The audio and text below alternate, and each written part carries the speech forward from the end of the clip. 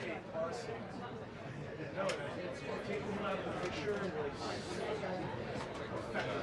was for a few months out, nobody really checked.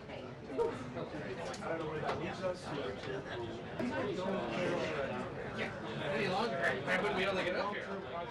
I go in like to the Republicans would have been a lot better. It's just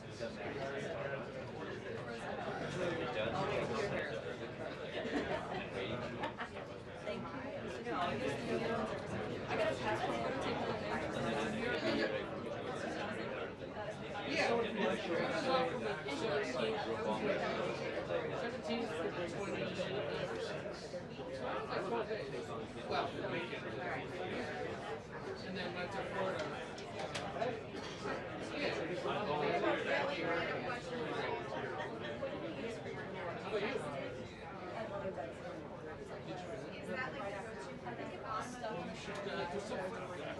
Yeah. How about you? I'm just staring at the steering wheel.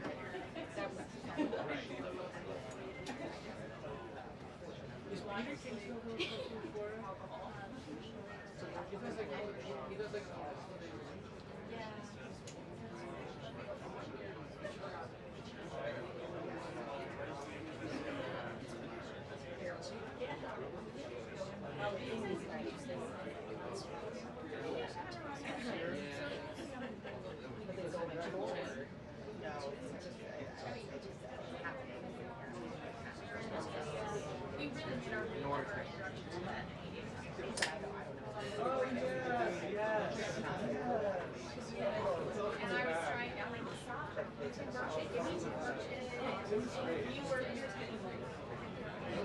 I'm excited to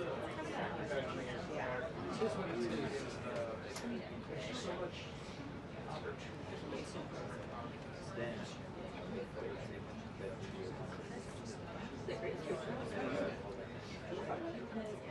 You did a little Florida, didn't you? I'll send you the email. Oh! Yeah. No, I saw your name. I saw your name.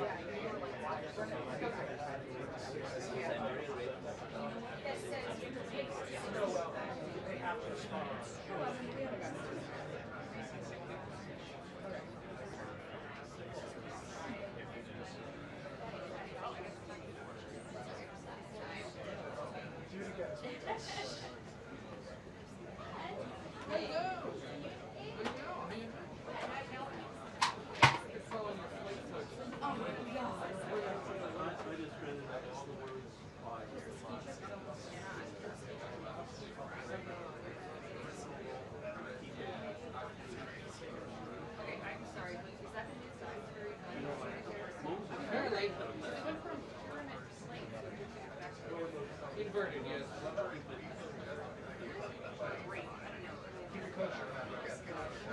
Not what they teach in journalism. Yes, you don't have to teach us to do it.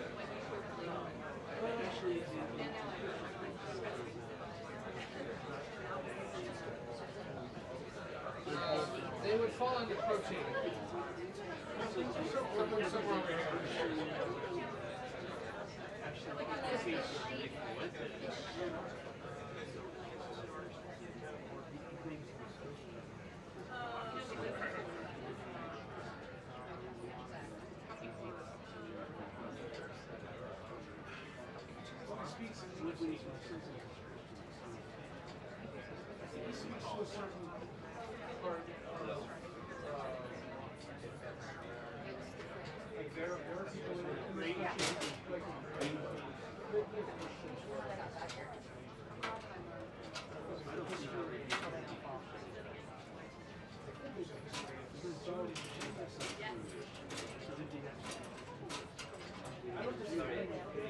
I'm just saying, like, I don't think it's uncommon.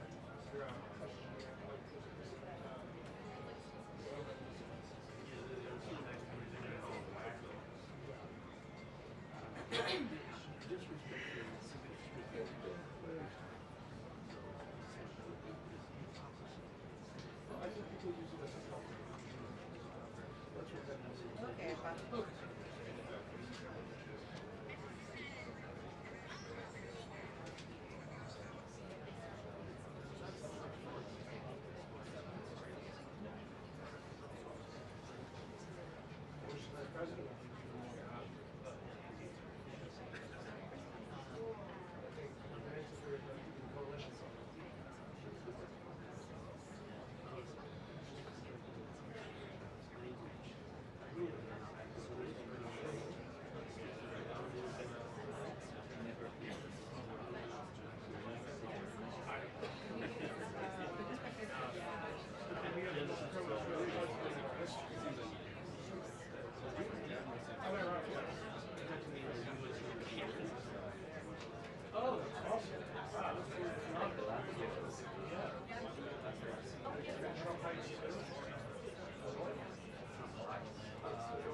That's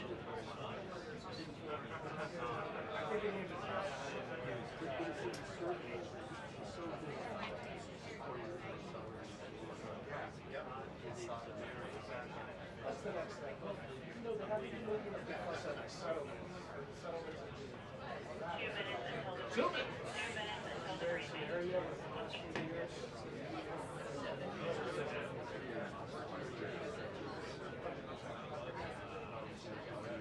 All the tires you pay. You have to go forward and then you pay.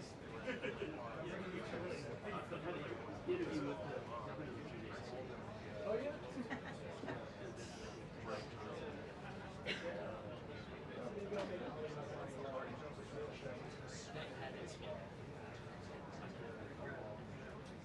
We're grandfathered you in. We'll find a way to get you in. We'll find a way to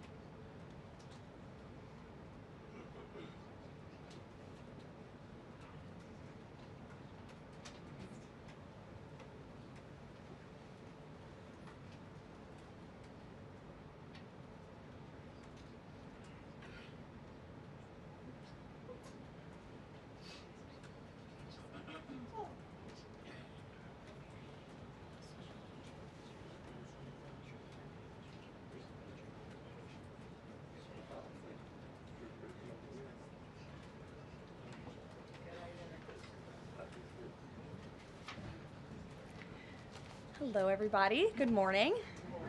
Yes, come on up, everyone. Lovely officials with me today. All right. Dr. Carson, come on up. Thank you so much. Good morning and Happy New Year, everybody. It's great to see you. It's great to be with a very packed room. I'm sorry we kept you all very busy over the holiday break. And I know there is a lot of news out there today, both here at home and around the world. I will be happy to take all of your questions on all of that news. But first, I'm really honored to be standing up here today with esteemed members of the President's Cabinet and his health team to make an important announcement with respect to the President's domestic promise to make America healthy again as we kick off the new year. In less than a year in office, the President and his incredible MAHA team have made real progress on this front. Here are just a few of the significant MAHA achievements thus far. More than a dozen food manufacturers and trade associations have made commitments to remove artificial and petroleum-based food dyes from their products.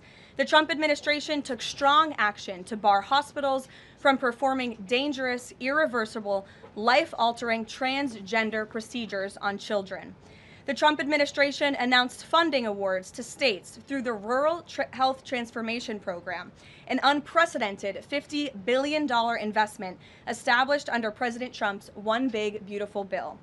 The Trump administration has also worked with 18 states across the country to ban junk food purchases using SNAP benefits starting this year. And thank you for leading that effort, Secretary Rollins. Additionally, President Trump took historic action to secure most favored nation drug pricing and secured deals with major pharmaceutical companies to massively lower the cost of prescription drugs. And those effects are being implemented as we speak. Americans are going to continue to see the result of these incredible deals the president cut. And I know President Trump and this team behind me worked incredibly hard to lower those drug costs for Americans. On Monday, the CDC adopted common sense updates to America's childhood vaccination schedule based solely on the gold standard of science. This action empowers parents and physicians to make the best individualized decisions to protect our children, while also restoring much-needed confidence in our public health system. And as a MAHA mom myself, I'm very grateful for that. So thank you, Secretary Kennedy. To build on this progress, the Trump administration is now updating federal nutrition standards and guidelines to ensure that Americans have the most accurate, data-driven information supported by science and hard facts, not special interests or partisan ideology. President Trump has tasked two of the great individuals behind me, USDA Secretary Rollins and HHS Secretary Kennedy, with collaborating on this vitally important project. And today they are here to officially unveil the 2025 to 2030 dietary guidelines for America. These new guidelines are informed by the best and most reliable research on health and nutrition, particularly as it relates to the role of our diets and the prevalence of chronic disease in the country. They are also These guidelines are easy to read and understand, so every American, young and old, can access this information that literally has the power to change lives. But these are not just an updated guideline. These are the foundation to all federal food programs in our country. These new guidelines are going to update the food that is served to America's children in our public schools, to the plates that are served to our great men in uniform in our military, our veterans, and the food that they are consuming at the VA. And these new guidelines are also going to impact nutritional programs for the needy in our country, such as WIC and Head Start. Unfortunately, for decades, federal dollars has promoted low-quality, highly processed foods that lead to scores of long-term health issues, which means Americans have gone broke because of these health issues. Faulty dietary guidelines of the past stacked the deck against healthy eating and food options for everyday American families, which has fueled the chronic disease epidemic and jacked up the healthcare costs of households across the country. This failed approach in our public health system ends today. When these guidelines are followed, Americans will be saving themselves thousands of dollars. If we want to cut healthcare costs in our country, we must become a healthier country.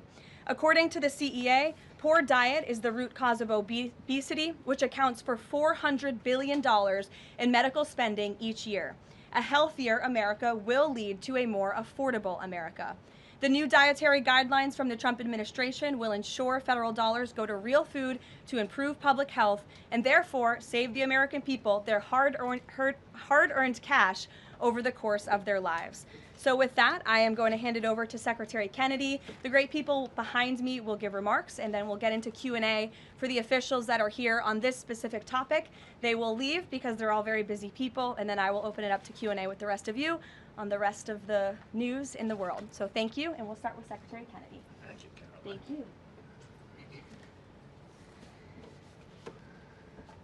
Today marks a decisive change in federal nutrition policy, made possible by President Trump's leadership and the work of MAHA moms and public health advocates who demanded reform. Today, in accordance with President Trump's directive, Brooke and I will release the dietary guidelines for Americans 2025 to 2030, the most significant reset of federal nutrition policy in history. These guidelines replace corporate-driven assumptions with common sense goals and gold standard scientific integrity. These new guidelines will revolutionize our nation's food culture and make America healthy again. For decades, Americans have grown sicker while healthcare costs have soared. The reason is clear. The hard truth is that our government has been lying to us to protect corporate profit-taking, telling us that these food-like substances were beneficial to public health. Federal policy promoted and subsidized highly processed foods and refined carbohydrates and turned a blind eye to the disastrous consequences. Today, the lies stop.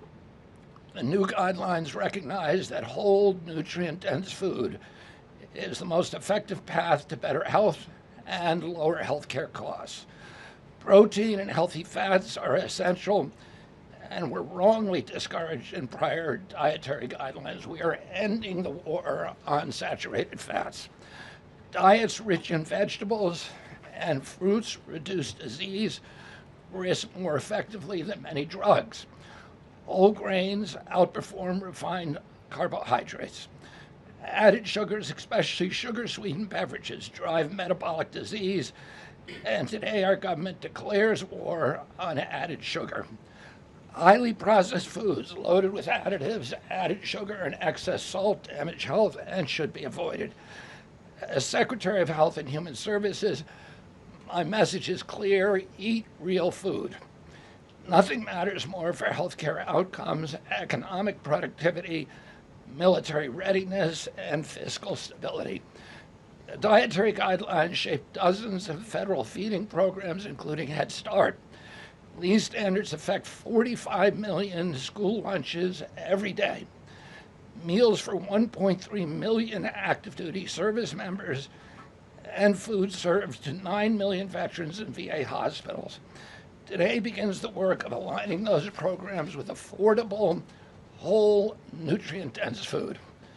Implementation requires coordination across the government. I'm working with many of my fellow cabinet secretaries to deliver results. I want to thank Bobby Mukamala, thank you very much, who is the president of the American Medical Association, for committing to mobilize the medical community on nutrition. And I thank also the American Academy of Pediatrics for partnering on this effort. I also look forward to working with Dr. Jay Bhattacharya and Dr. Marty McCary to fund and prioritize rigorous nutrition research at the NIH and at the FDA. The stakes are measurable and severe. A Johns Hopkins analysis estimates that 48% of every federal taxpayer dollar now goes to healthcare. The CDC reports that 90% of healthcare spending treats chronic disease. That means that 40%, 40 cents of every dollar that taxpayers pay in this country is going to treat diseases that could be averted through good food. The United States has the highest obesity and type 2 diabetes rate in the developed world. We spend 3 times more per capita than the European Union on healthcare, yet our life expectancy is 5 years lower, largely due to diet-related chronic disease.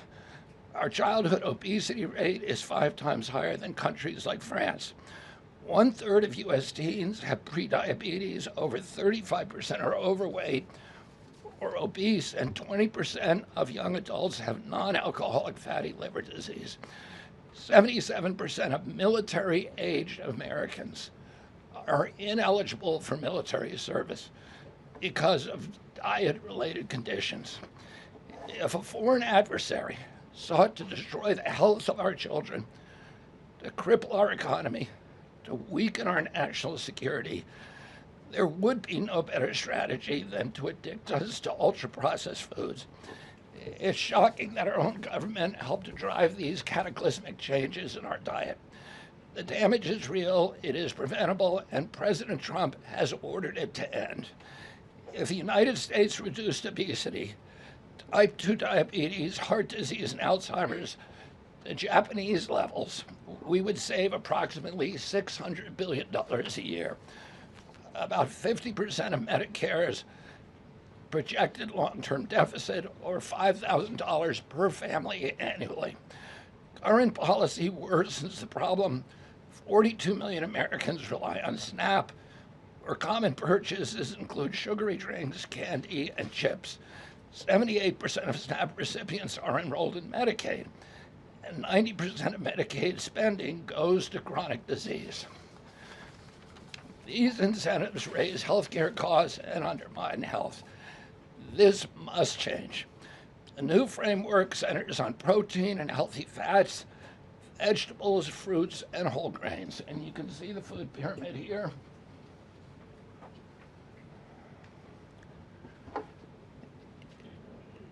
It's upside down, a lot of you will say. But it was actually upside down before, and we just righted it. For the first time, the dietary guidelines directly address ultra-processed foods and set firm sugar limits in federal procurement, driving a significant reduction in added sugar in school meals. I want to thank President Trump for his leadership and the partners committed to ensuring that federal food dollars support real food and better health. Thank you. And I want to introduce my partner and friend, Brooke Rollins, who is an extraordinary collaborator on this. Thank you. Well, good morning, everyone. Happy New Year. What a honor to be here. I think this is Karoline's first press conference back, and what a great way to start the new year, 2026. I want to thank Secretary Kennedy. Your commitment to the well-being of Americans is such a blessing to this nation. We have been working on these new dietary guidelines really since almost day one. Bobby and I were voted on the same day and sworn in on the same day. So I think the partnership from minute one has been real and extraordinary. As Secretary Kennedy mentioned, America is in the middle of the worst chronic health crisis in our nation's history. Over 40% of the roughly 73 million children in the United States have at least one chronic health condition, and nearly 90% of healthcare spending goes toward treating people with chronic disease. Secretary Kennedy mentioned that, but it is really important to keep underscoring that fact. This crisis is unacceptable. It prevents Americans from living healthy and happy lives. And for decades under both Republicans and Democrats, federal incentives have promoted low quality, highly processed foods and pharmaceutical interventions instead of prevention. As a result, nutrient-dense whole foods grown by America's farmers and ranchers have been increasingly displaced. The Trump administration is acutely aware of this danger, and today this announcement is making a major step in doing something about it. Thankfully, the solution is simple and should be non-controversial. Eat real food. This is the main message of the new Dietary Guidelines for Americans 2025 to 2030, which encourage households and schools to prioritize whole, nutrient-dense foods. That means more protein, more dairy, more healthy fats, more whole grains, more fruits and vegetables, whether they are fresh, frozen, canned, or dried. We are finally putting real food back at the center of the American diet. Real food that nourishes the body, restores health, fuels energy, and builds strength. This pivot also leans into the abundant, affordable, and healthy food supply already available from America's incredible farmers and ranchers. By making milk, raising cattle, and growing wholesome fruits, vegetables, and grains, they hold the key to solving our national health crisis. And President Trump is mobilizing government to ensure families across America have greater access to these healthy foods. In the past 12 months, inflation has slowed and wages have risen for the first time in 5 years. Under President Trump's leadership, prices for everyday staples are declining and more help is on the way. Recent data show that fruits, vegetables, dairy, and proteins, including eggs, pork, and ground beef, are becoming even more affordable every day for our American people. American households enjoy the most affordable and abundant food in the world, and today's release only reinforces that reality. A healthy meal is within reach for all American families. These new dietary guidelines are a framework which is meant to be customized to meet the needs, the preferences, and the financial status of all American families. For example, a meal including such items as pork or eggs or whole milk or cheese, tomatoes, other fresh and frozen fruits and vegetables, whole grain bread, corn tortilla can cost today right around $3 for that meal. $3. And soon USDA will finalize our stocking standards, which means that those businesses in America that take the SNAP benefit, what they are required to stock in order to take that benefit. By the way, that's almost 250,000 retailers across America. That very soon we will be finalizing that rule that will mandate all 250,000 retailers in America double the type of staple foods that they provide for America's SNAP households. This means healthier options will be in reach for all American families, regardless of circumstance, at levels never seen before in our country. These dietary guidelines are foundational to so many USDA programs, and their introduction marks the first step in connecting America's schools and dinner plates to the best of American agriculture. Make no mistake, under President Trump's leadership, we are restoring common sense, we are restoring scientific integrity, and we are restoring accountability to federal food and health policy. The new guidelines are all about putting the well-being of Americans first, exactly where it should have been all along. This is the foundation that will make America healthy again, not just for those of us alive today, but for our children and our children's children and those coming behind. I want to end by saying God bless American families, God bless the American farmer and rancher, and God bless America. What an honor now to introduce another great partner in this incredible work, and that is Dr. Mehmet Oz. Thank you. Congratulations to Secretary Rollins, Secretary Kennedy, and do want to express my appreciation for what the President has done overall to increase the affordability of health care. The biggest accomplishment perhaps for the health system abilities to drop down prices last year was the most favored nation drug pricing that Karoline mentioned. These are incredibly effective at reducing the costs, for example, of what the President calls the fat shot, the Ozempic, GLP-1s category of medications. We dropped them dramatically. But the best way to reduce drug spend in America is to not need the drugs in the first place. What you're hearing today with these dietary guideline adjustments are going to be massively effective, and not just dropping the need for us to buy these weight loss drugs, but buy these expensive drugs for autoimmune problems. We have evidence that food is medicine when it comes to conditions as varied as mental health issues, from Alzheimer's and depression to fundamental realities of how children learn in school. So the question then becomes, what is this actually going to do in dollars and cents? And I had the group at CMS run some numbers for us to try to give you concrete assessments of how much this will drop the spend that the federal taxpayer must make for Medicare and Medicaid. And I'm more optimistic today than ever that we can address the fast rising rate of healthcare expenses in America because of movements like this. Right now, we're increasing health expenditures in America at roughly twice the rate of the GDP growth. We will correct that if we can get America to be healthier, because you can't be a wealthy nation without being a healthy nation. So 2 numbers for you to remember. The first is $30 billion. Why? 30% of healthcare costs are directly attributable to obesity. I'm not talking about indirect associated expenses, which are also present, but a very conservative number, 30%, are directly attributed to obesity. That's about $300 billion a year for just Medicare, If we were to affect obesity by 10%, which is an incredibly conservative and justifiable assumption that has been borne out in evidence-based dietary experiments and trials, just that alone is $30 billion of reduction of expenses for Medicare rather. That's also obviously correlated with Medicaid reduction in spending. In Medicaid, it's a different opportunity because in Medicaid, we educate children. 53% of children in America are covered by Medicaid or CHIP, and we have programs to teach kids and their parents what to eat, and how to make these dietary guidelines that Secretary Rollins, Secretary Kennedy have crafted with their teams into practice. It will dramatically change the natural history of how children are able to participate in life. But let me give you one last number. If we're able to get the average American, who today retires on average at age 61, get them just to work 1 year longer, because they feel so vital, so strong, so bullish about their future, because they're feeding their bodies nutrients that are essential to their high-functioning productivity, we will increase the overall GDP of our nation by trillions of dollars.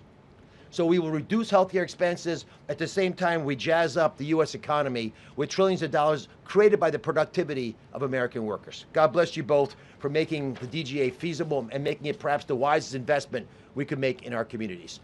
Marty Makary is one of my closest friends, the powerful leader of the FDA who's been taking brave steps along the line and has additional insights. Thanks. Thank you, Dr. Oz. Today marks the beginning of the end of an era of medical dogma on nutrition.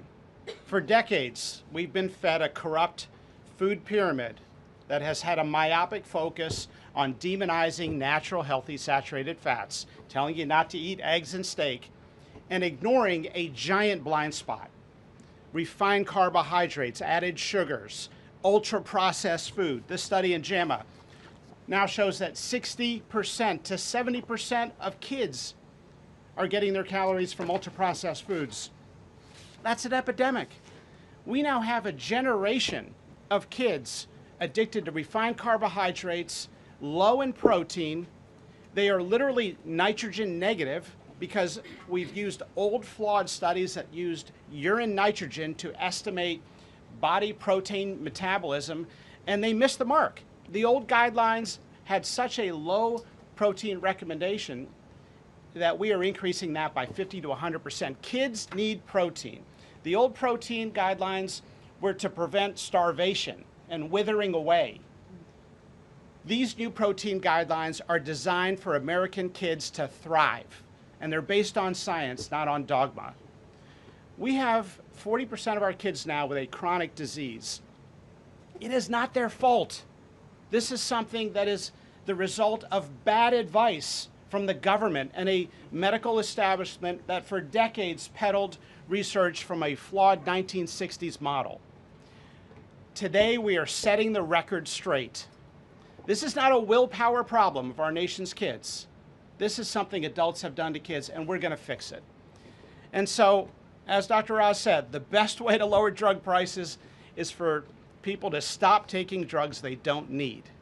We are going to finally address the root causes of our broken healthcare system: insulin resistance and general body inflammation, advanced by the protein-poor, micronutrient-poor, ultra-processed, refined carbohydrate diet that kids are addicted to today. And so, on behalf of the Food and Drug Administration, we are proud to be a part of this. We are grateful to be contributing to this work. Thank you, Secretary Rollins. Thank you, Kyle Diamantis, the best deputy commissioner for food at the FDA the agency has ever had. This is a historic day in America. Thank you, Karoline. Thank you so much. Thank you. I hope everyone's inspired to go eat a salad for lunch after this briefing. If anybody has questions on this topic, we will take a few and then we'll get into the topic. We'll start with our new media seat. If you have a question on this topic today, Jamie Franklin, she comes from the Conservator. Why don't you kick us off? Yeah, first of all, Caroline, congratulations on your pregnancy. We're so excited for you. MAHA moms across the country, including myself, are just so excited by what this administration is doing to make our kids healthy again. But we do have concerns when it comes to these blue states pushing back on a lot of progress that we're making as an administration. And particularly, we're really excited that you guys revised and streamlined this vaccine schedule. However, what we have seen is that these blue states, whether it be no tax on tips, no tax on overtime, or pushing back on immigration, they continue to stop your guys' progress. So what has been the response from these blue states? Because as MAHA moms enrolling our kids in school, this is a big issue, and we celebrate what you guys are doing, but we want to have it even in the blue states as well. I mean, my hope is that we only released these earlier, 2 days earlier. I'm sorry. Duck is also high in protein. It's an interesting. Duck is a good thing to eat, everybody. We only released the new vaccine schedule 2 days ago. The vaccine schedule, there's nothing compulsory in it. Everybody, I've always promised, I'm not going to take people's vaccines away from them. People who want to get vaccines, everybody who wants them can get all of the vaccines that were on the old schedule. They will all be paid for by the Vaccines for Children program or for the insurance the same as before. We release guidelines that we think are optimal to public health. They're the same with core vaccines that are required by the European community. And those nations all have much better health outcomes than we do. And they're based on their best science and also on their conviction that when you put too many vaccines on the program, it actually reduces compliance. It reduces uptake. And so we want to maximize the uptake of vaccines by making sure that Americans know that we are making recommendations that are science-based, that are common sense, that are grounded in science. And right now, that's the best science that we have. Again, there's 3 categories of vaccine. One is the core schedule, which resembles the European countries. The second is for people who have vulnerabilities, for high risk, and that doesn't change at all. And then the third is shared decision making, which any vaccine that was on the old schedule, you can continue to get. So people will make their own choices, and that's what democracy is about.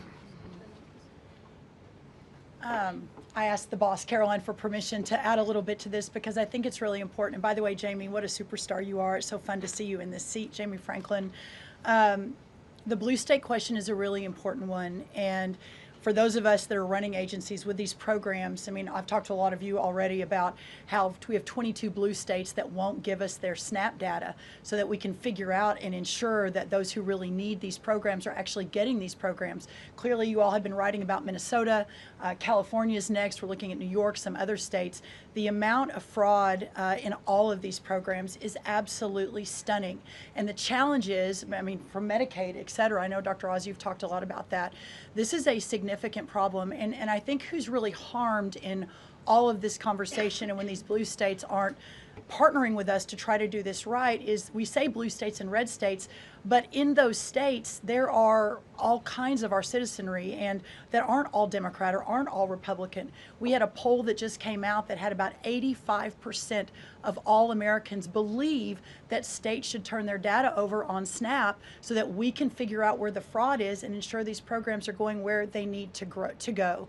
So my request of these blue states and these blue state governors is partner with us. Let us figure out how to do this better. Let us make sure that whether it's the vaccine schedule or the SNAP program or the Medicaid program or the child care program, that we are doing everything we can to protect every tax dollar, but to also ensure those who need it the most vulnerable in our society, are getting the programs they need versus those who A, are not even supposed to be here, or B, are cheating the system. Jeff. Thanks, Caroline. One of the changes that was made had to do with alcohol. Secretary Kennedy or Dr. Oz, could you explain the science behind the new language on not saying 2 drinks for men and 1 drink for a woman every day would be healthy, and whether or not the industry had an impact on the language of moderation versus just saying alcohol is not healthy and you shouldn't drink it? So alcohol is a social lubricant that brings people together. In the best case scenario, I don't think you should drink alcohol, but it does allow people an excuse to bond and socialize, and there's probably nothing healthier than having a good time with friends in a safe way. If you look at the blue zones, for example, around the world where people live the longest, alcohol is sometimes part of their diet. Again, small amounts, taken very judiciously, and usually in a celebratory fashion. So there is alcohol on these dietary guidelines, but the implication is don't have it for breakfast. Right? This should be something done in a small amount with hopefully some kind of an event that might have alcohol added. But the general move away from 2 glasses of men, 1 glass of women, there was never really good data to support that quantity of alcohol consumption. That data was probably primarily confused with broader data about social connectiveness. Take a couple more. John? Thanks a lot, Karoline. Secretary Rollins, I'm curious about with these guidelines. They're not mandates, they're guidelines. What are the practical effects of these guidelines on public schools all across the country? Well, today begins thank you, John. It's good to see you. Today begins the first day now in a recalibration of the rules, whether it's school lunches, whether it's the SNAP program, whether it's as veterans were mentioned, our prison system, that now we begin the process of implementing and redrafting the rules to reflect what this new dietary guidelines for Americans actually is doing to our food system. So there is a lot of work to do. Nothing changes overnight, but as I think we've proven, this administration moves very, very quickly on all fronts, 7 days a week, 365 days a year, and so you'll begin to see some real changes coming very soon. As everyone is aware, for many of our most vulnerable in the margins in our communities, the school lunch is often the best place for our children to get the healthiest meal. Hopefully with stocking standards and reworking SNAP and the SNAP waivers we've done, that begins to change too. But right now, that is going to be the single most important, from my perspective, move forward, is the school lunches and making sure that we're getting the right amount, the best amount and most nutrient-dense foods into the schools. Thank you. You also mentioned, Secretary Rollins, cost when you had your remarks a little bit earlier. Is eating healthier more cost effective? Is it cheaper than just having a diet of processed foods? I had a whole chart to show you, but left it in the back, unfortunately, that yes, indeed, that eating healthy, for the most part, we've got 100 simulations, is actually less expensive. The challenge is the access to those healthy foods, especially in parts of America where they have food deserts. They don't have a H-E-B or a Kroger or a Central Market. These are all Texan grocery stores, but whatever similar across the country. But that is why these stocking standards in SNAP are so important. So if you have a economically challenged family, and the only place they're getting their food is the 7-Eleven. We have a longer term important policy priority, and that is getting grocery stores into these lower margin communities. But for now, requiring those retailers, those 250,000 retailers across America, to double their stocking of healthier foods. That will allow us to immediately get these better foods into all communities, but especially the most vulnerable. Thank you, John. Let me just add something to that. Brooke and I are working on a program. Affordability is the priority for the president. And we know we have to make it easy and accessible for healthy foods for every American. And we believe we can do that. We think affordable food is within reach of every American family. We are working on a education and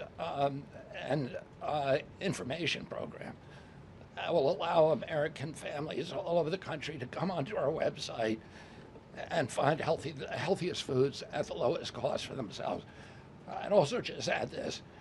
The idea that a cheap meal made of processed food is cheap is an illusion, because you're paying for it on the back end. You're paying for it with diabetes, with obesity, with illness.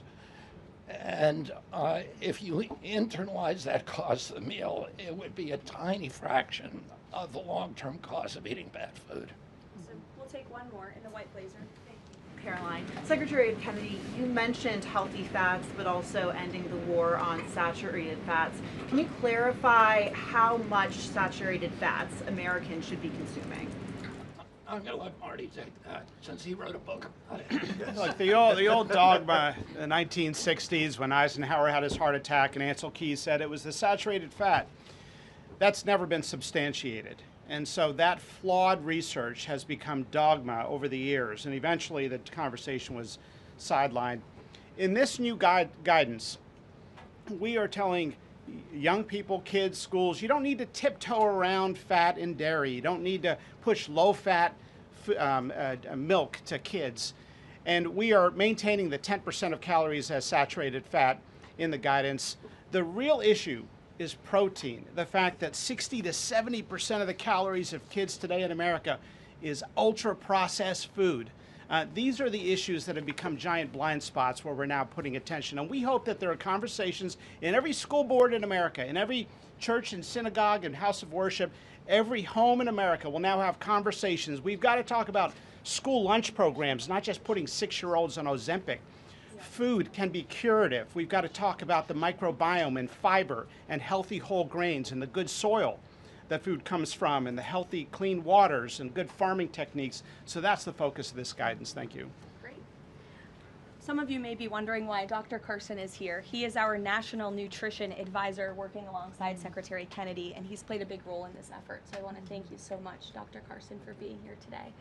And thank all of you for being here today. I know you're all very busy people, and these people have a lot of questions on things other than diet, I'm sure. So I'm going to get to work, and thank you guys so much for coming. Thanks, everybody. Thank you. Thank you. Okay, thanks. All righty.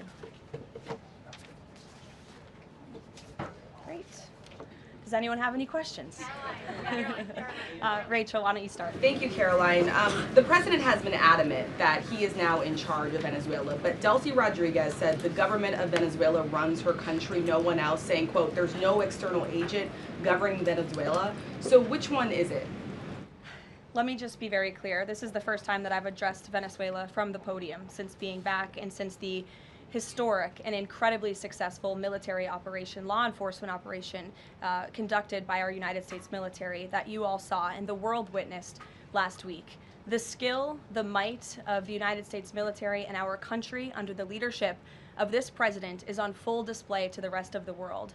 And let's just set the record straight. There isn't another military in the world who could have pulled off this operation. There is not another president in the world or in our nation's history who had the courage to authorize such a mission. And I think the world has taken notice that America is truly back. With respect to Venezuela, the Trump administration, led by Secretary Rubio, the vice president, and the president's entire national security team, is in close correspondence with the interim authorities in Venezuela. We obviously have maximum leverage over the interim authorities in Venezuela right now, and the president has made it very clear that this is a country within the United States, the Western Hemisphere, close by the United States, that is no longer going to be sending illegal drugs to the United States of America. It's no longer going to be sending and trafficking illegal people and criminal cartels to kill American citizens as they have in the past. And the president is fully deploying his peace through strength foreign policy agenda. So we're continuing to be in close coordination with the interim authorities, and their decisions are going to continue to be dictated by the United States of America. Just one follow-up, when you talk about that leverage there, has the Venezuelan government fully committed to turning over its oil to the United States indefinitely, and what happens if they do not? Well, as you saw, the president announced last night, this was a deal. This was a deal made by the president and his team with the Venezuelan interim authorities. This will benefit both the American people and the Venezuelan people. And Secretary Wright and the Department of Energy are working with the interim authorities and also with the private oil industry to execute on this historic energy deal. That's not only good for the United States, but it's also going to revive the prosperity, the safety, the security of both the United States and Venezuela as well. Ed. Following up on the oil part of this, the 30 to 50 million barrels of oil, how exactly is that going to work? You're getting it out of Venezuela into the United States? Yes. And then what? That's exactly right. So as you know, Ed, as the president announced last night, this was the sanctioned oil that was basically just sitting in barrels, sitting on ships because of the effective quarantine of the United States of America. And the interim authorities have agreed to release that oil to the United States, so it will be arriving here at home very soon. The United States government has already begun marketing Venezuelan crude oil in the global marketplace for the benefit of the United States, engaged the world's leading commodity marketers, key banks to execute and provide financial support for these crude oil and crude product sales. All proceeds from the sale of Venezuelan crude oil and products will first settle in U.S.-controlled accounts at globally recognized banks to guarantee the legitimacy and integrity of the ultimate distribution of proceeds, and those funds will be dispersed for the benefit of the American people and the Venezuelan people at the discretion of the United States government. It sounds like it requires a lot of private sector engagement and agreement And from the oil industry and the banking industry. Do you have that yet? There's a lot of private sector engagement that's happening right now. As you know, Secretary Wright, our energy secretary who's heading up this big project, is in Florida today meeting with some of these oil executives. And as we confirmed earlier, they will also be at the White House later this week. So they are absolutely eager to invest. They're eager about these opportunities. And Secretary Wright is a very well knowledgeable guy when it comes to oil and energy, and he's the perfect man for the job. Another corner of the world, real quick on Go Iran. ahead. Go ahead. So just to follow up on the oil, 30 to 50 million barrels is an initial tranche, if you will, and then what happens after that? What I won't get ahead of the plans that the president and his team are currently speaking with the interim authorities about, but rest assured, there is a long-term plan here. Secretary Rubio and the entire team are working diligently on it, and this is just sort of the first action that you all are seeing. Ed. Thanks, Caroline. So in order to get these oil companies to invest billions in Venezuela, how will the U.S. reassure that their workers will be safe in Venezuela? Could there be troops involved? At this point in time, as you know, there are no troops on the ground in Venezuela. The president, of course, reserves the right to use the United States military if necessary. It's not something he wants to do. Diplomacy is always the first option, as you saw. He tried that with Nicolas Maduro, but unfortunately, he was an illegitimate dictator and an unserious person. And so President Trump authorized this law enforcement operation, and now Nicolas Maduro is sitting in a prison cell in New York. So certainly the president is going to do what's in the best interests of the American people, and that includes workers from our energy and oil industry as well. With that meeting tomorrow, what is the message the president is going to give to the oil executives, and what does he want to hear? Well, the meeting is on Friday, and it's just a meeting to discuss, obviously, the immense opportunity that is before these oil companies right now. Stephen. Caroline, and congratulations again. Thank you. The New Yorker had a story yesterday on the vice president, and it questioned his, quote, notable absence on Venezuela. And the sub-headline asked, was the vice president's exclusion from the operation in Venezuela an expression of his anti-interventionist ideology or political calculation? Would you be able to discuss the vice president's role in Venezuela policy? I did see that report in the New Yorker, and quite frankly, I laughed out loud because it's very clear it's a fake report that's trying to sow distrust and division amongst the president and his team. Let me just be very clear. The vice president has been involved in all policy. He is the right-hand man of the president on all policy matters, including Venezuela policy. He was, of course, read in and deeply involved in this operation from the very beginning. And he was present on the night of the operation via secure communication at a different location as to not damage the operational secrecy of this mission that was so incredibly important to ensure that this mission could be carried out successfully without endangering our troops. Sure. The U.S. seized a tanker recently. Russia specifically asked the United States not to seize that tanker. Does this action risk a larger conflict with Russia? I believe you're referring to the Bella 1 tanker that was seized this morning. The Department of Justice and the Department of Homeland Security, in coordination with the Department of War, did announce that seizure this morning for violations of U.S. sanctions. I've spoken about the enforcement of our sanctions policy at the podium prior to the new year, and this administration is going to fully enforce the sanction policy of the United States. The vessel this morning was seized in the North Atlantic pursuant to a warrant issued by a U.S. federal court after being tracked, and this was a Venezuelan shadow fleet vessel that has transported sanctioned oil, and the United States of America, under this president, is not going to tolerate that. I would also just add the vessel had a judicial seizure order in the crew, so that means the crew is now subject to prosecution for any applicable violation of federal law, and they will be brought to the United States for such prosecution if necessary. Kelly. Caroline, Happy New Year to you. Thank you. You I'd too. like to talk to you about a couple of things real quickly. The first question about the Venezuelan people. As you know, there's some 8 million Venezuelans here, some of them celebrating in the streets. There are Venezuelans on the ground who are concerned about their safety. What does the Trump administration, what is it doing to actually help people in Venezuela understand that they will be secure throughout this transition? I think the fact that this president actually followed through on the long-held promise of the United States of America, the bipartisan promise to take down the illegitimate Maduro regime, should give assurance to the Venezuelan people and also Venezuelan Americans who fled this communist regime for a better life here at home, that this is a president who is serious about taking down illegitimate regimes and who is also serious about securing the security of the United States of America, including the Venezuelan American people. And I would just add that this is something that not just Republicans and President Trump have talked about for a very long time, but it is also something that Democrats have advocated for. In 2020, Chuck Schumer said that that at the time, President Trump had not brought an end to the Maduro regime. The Maduro regime is more powerful today and more entrenched today than it was when the president began. Now you hear Chuck Schumer out there saying this is reckless. The American people and the Venezuelan people should be in fear. But this is something that Chuck Schumer has long advocated for.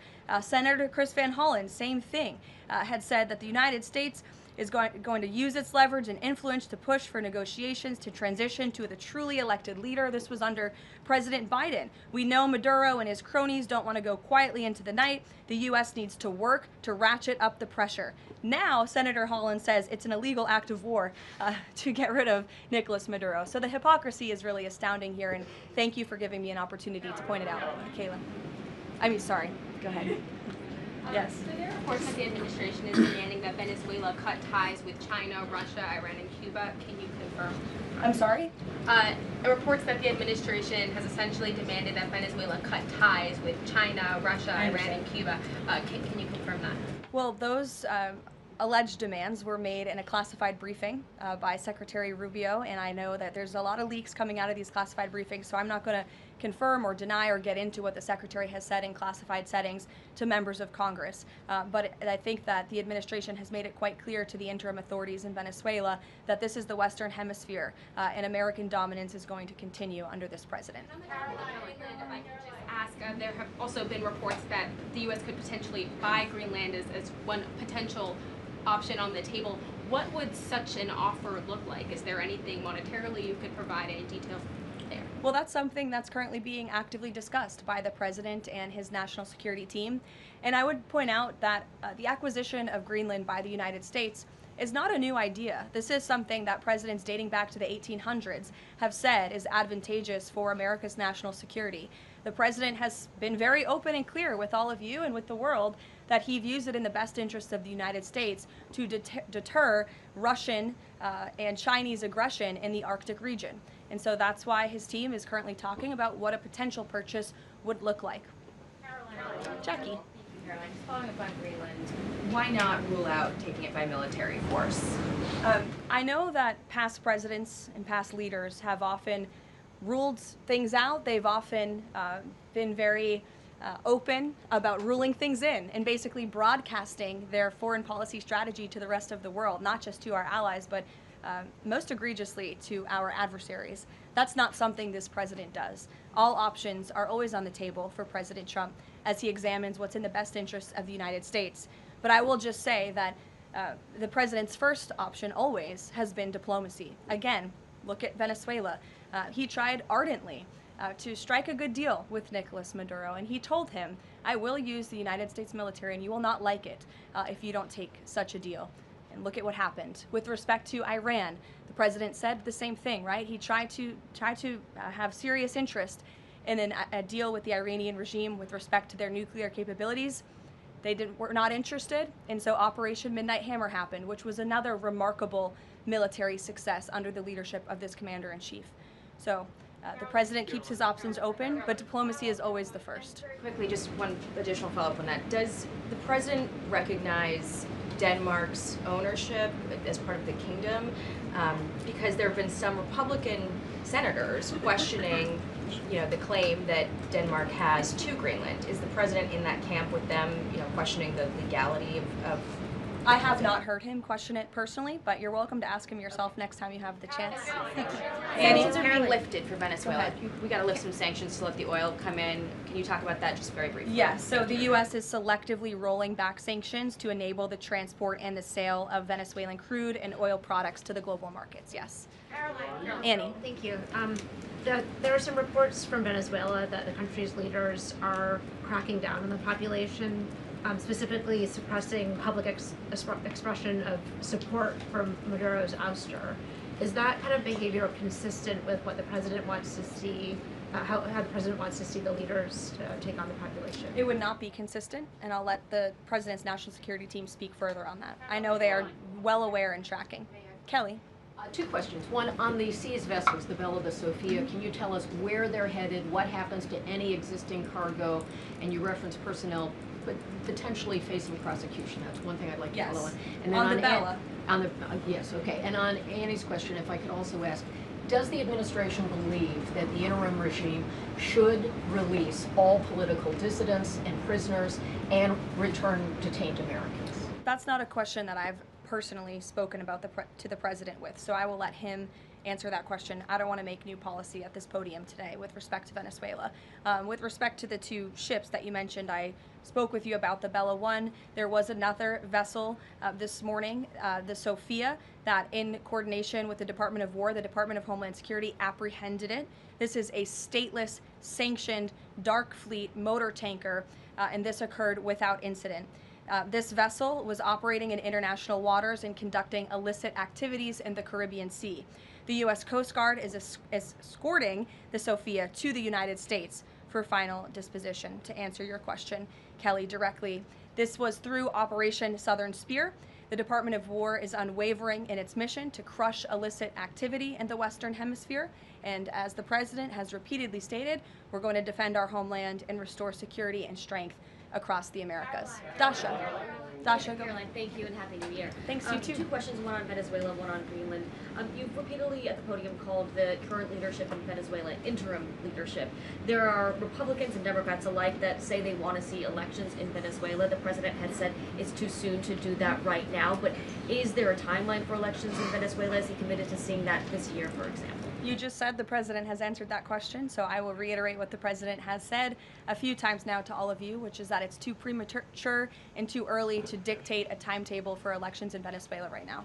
Karoline, you just talked to Jackie about diplomacy first, right? The Danes have repeatedly said they are willing to collaborate on all of the concerns that the president has, whether it's more troops, mineral rights, intelligence sharing. Why does the president feel he needs to own Greenland and not and put out the threat of military action when this could be done through diplomacy? Well, who said diplomacy isn't taking place behind the scenes, Dasha? I mean, the president is interested in diplomacy. His national security team is as well. And of course, he's always willing to pick up the phone for everybody and hear out their concerns. But the president is the president of the United States of America, and he's always going to be very clear about what he views as being in our nation's best interest. Reagan. Caroline, I have a question for you on Venezuela, and then I'd love to ask you about Minnesota and Tim Walz. Sure. On Venezuela, I'm wondering, does the administration hope to start sending more Venezuelan migrants back home or have them self-deport if the situation in the country improves? As far as I'm concerned, the policies of the Trump administration and the Department of Homeland Security have not changed. All those illegally present in the country are subject to deportation. And I would just like to add how we got here. The president was very clear on the campaign to the American public, and it's one of the many reasons they resoundingly reelected him back to this office, that he was not only going to crush foreign drug cartels, but that he was not going to stand by and watch as the illegitimate Venezuelan regime was sending illegal criminals and gang members and rapists and murderers to our country, which happened to the tune of thousands under the previous administration and president. And so there could be nothing more America first than this operation that took place last week. And I would just remind all of you in this room that there were innocent Americans like Jocelyn Nungare who lost their lives at the hands of dangerous Venezuelan criminals who were sent here by the Maduro regime. And that has been the president's North Star and guiding principle throughout his entire policy since January 20th. Tim Walz in Minnesota. Does the administration believe that Tim Walz potentially dropped out of the governor's race because he could be under criminal investigation? I don't know if there's a criminal investigation. If there was, I wouldn't be able to comment on it from up here, to be honest with you. But I think Tim Walz probably dropped out of the race because he realizes he no longer has the support of the people of his own state, which is a remarkable downfall considering he was the number 2 on the Democrat Party's ticket just about a year ago.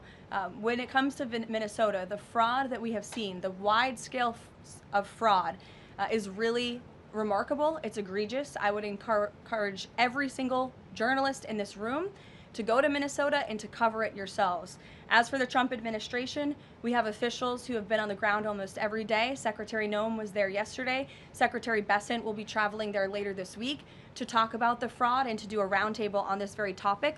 And I would just like to leave you with an update. To date, the Department of Justice has charged 98 total defendants in several Medicaid fraud and related case programs. 64 were convicted, and 85 of the 98 charged were of Somali descent. The DOJ has also issued over 1,700 subpoenas, executed over 130 search warrants, and they have now added more attorneys to their office there to absorb the case flow. DHS is on the ground going door to door conducting large-scale criminal and HSI investigations. They have also sent approximately 2,000 agents to Minneapolis to assist with law enforcement and immigration enforcement. As I said, Secretary Noem was on the ground yesterday.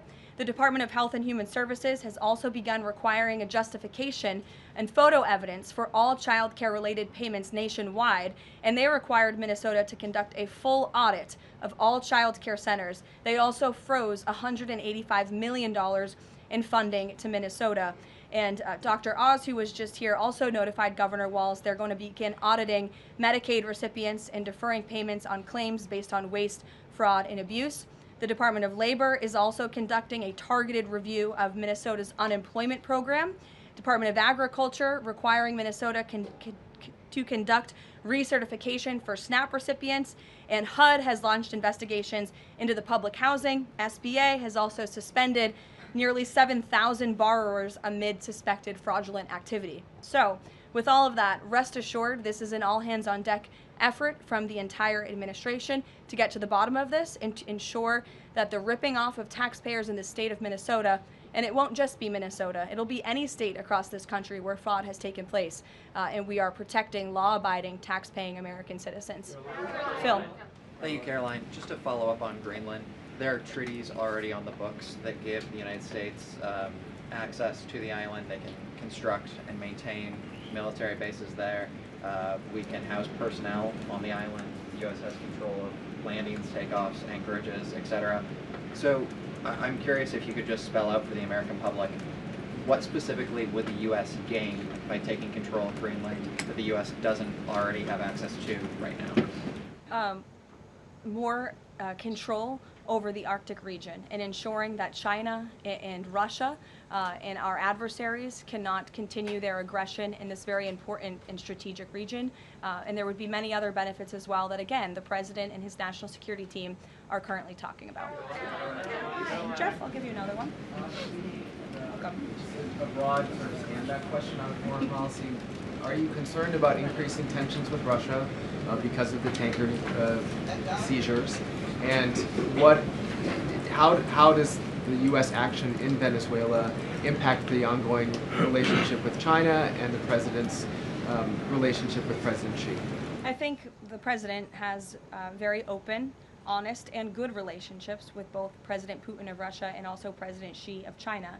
He has spoken with them numerous times, as you know, since coming to office about a year ago, and I believe that those personal relationships are going to continue. But as for the President and the United States, he's going to enforce our policy that's best for the United States of America. And with respect to these ship seizures, that means enforcing the embargo against all dark fleet vessels that are illegally transporting oil and only legitimate commerce, to answer your question much earlier, Rachel, determined by the United States, is going to be permitted. And that's the policy of this administration, and he's not afraid to implement it. One more stand back. Just one more stand back. I just want to ask the last one. I remember asking the president at the very beginning of his term if he was committed to Article 5 and NATO, and he said yes. Has his stance on NATO or his commitment to NATO changed? Did you see his statement earlier today?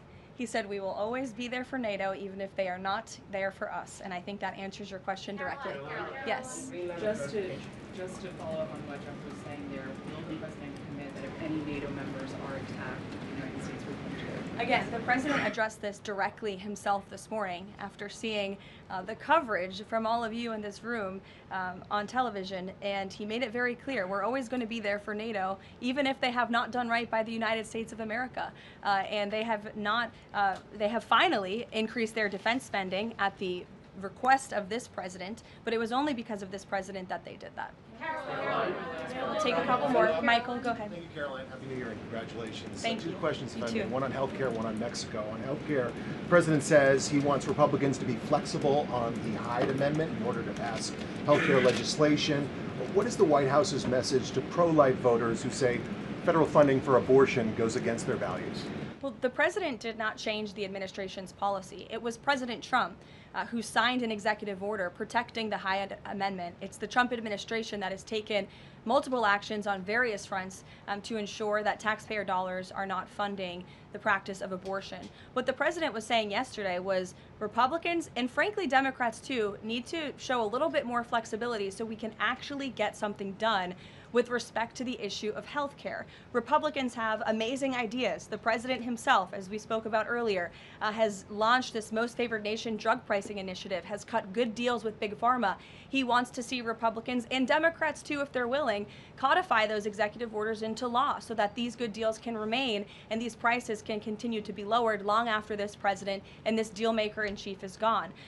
Presidents talked a lot about health savings accounts and giving more money back to the healthcare consumer rather than to these giant insurance companies, and he's been very outspoken and tough on them too, and I think you'll see more and hear more from him directly on that issue. So he wants to see Congress get something done with respect to health care, and that was the point that he was driving home yesterday. Mexico, Caroline, Haley, President Trump says the drug cartels are running Mexico. What action does he need to see Mexico's president, Claudia Sheinbaum, take to prove that she's in control of that country, in control of those cartels? And does the White House believe she's able to do that without U.S. intervention? Look, I think the president was speaking very candidly and frankly about the reality on the ground in Mexico. Haley. Caroline, Happy New Year. I wanted to Thanks, ask you you too. about the seized tanker, the Vela. There were reports before this that Russia had sent a submarine to escort it. Was there any engagement with that submarine? And then was the deconfliction line with Russia used ahead of boarding that? Again, this was a Venezuelan shadow fleet vessel that has transported sanctioned oil. The vessel was deemed stateless after flying a false flag, and it had a judicial seizure order, and that's why the crew will be subject to prosecution. Mary. On Colombia, the president talked over the weekend and suggested that he would be open to an operation there. Should the president of Colombia be expecting Delta Force anytime soon? And then I had another one for you on California. That would be a very unwise question for me to answer, to weigh into. What's your next question? On California, can you share any more about the fraud investigation? The president said that there was one. Who's being investigated and where is it starting? Again, this is going to be a all-hands-on-deck government-wide effort. The president has directed all agencies across the board to look at federal spending programs in not just Minnesota, but also in the state of California to identify fraud and to prosecute to the fullest extent of the law all those who have committed it. Take one more, sure. Thank you. Caroline, yesterday was the 5-year anniversary of January 6th. Democrats and mainstream media continue to push their big lie that it was an insurrection and that police officers died that day. The reality is that 4 Trump supporters died on January 6th and 2 women were killed by January 6th police. Everybody knows Ashley Babbitt was shot in cold blood by Capitol Police Officer Michael Byrd, but there was another woman, her name was Roseanne Boyland from Georgia, and she was pepperballed, gassed, and ultimately brutally beaten with a stick by January 6th police officer Lila Morris. The Biden administration and mainstream media lied and told Americans Roseanne Boyland died of a drug overdose on Capitol steps. Her family is now asking for an investigation. Is the administration aware of the circumstances of her death, and will there be an investigation finally? Well, for investigation, I will have to defer you to either the FBI or the Department of Justice, and I'm sorry to have to do that.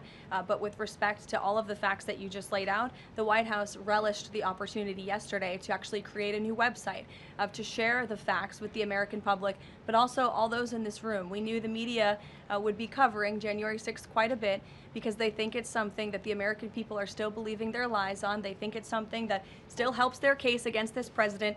Obviously not, or else he wouldn't have been reelected in an overwhelming fashion in November of last year. And so I would encourage everyone to take a look at the website.